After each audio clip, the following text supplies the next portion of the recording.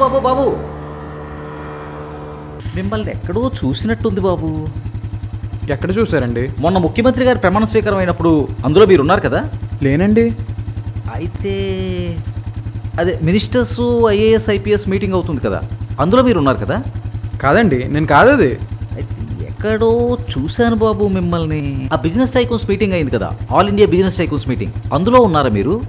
అసలు మీరు ఎవరిని చూసి ఎవరనుకుంటున్నారు? నేను స్టూడెంట్ని కదా.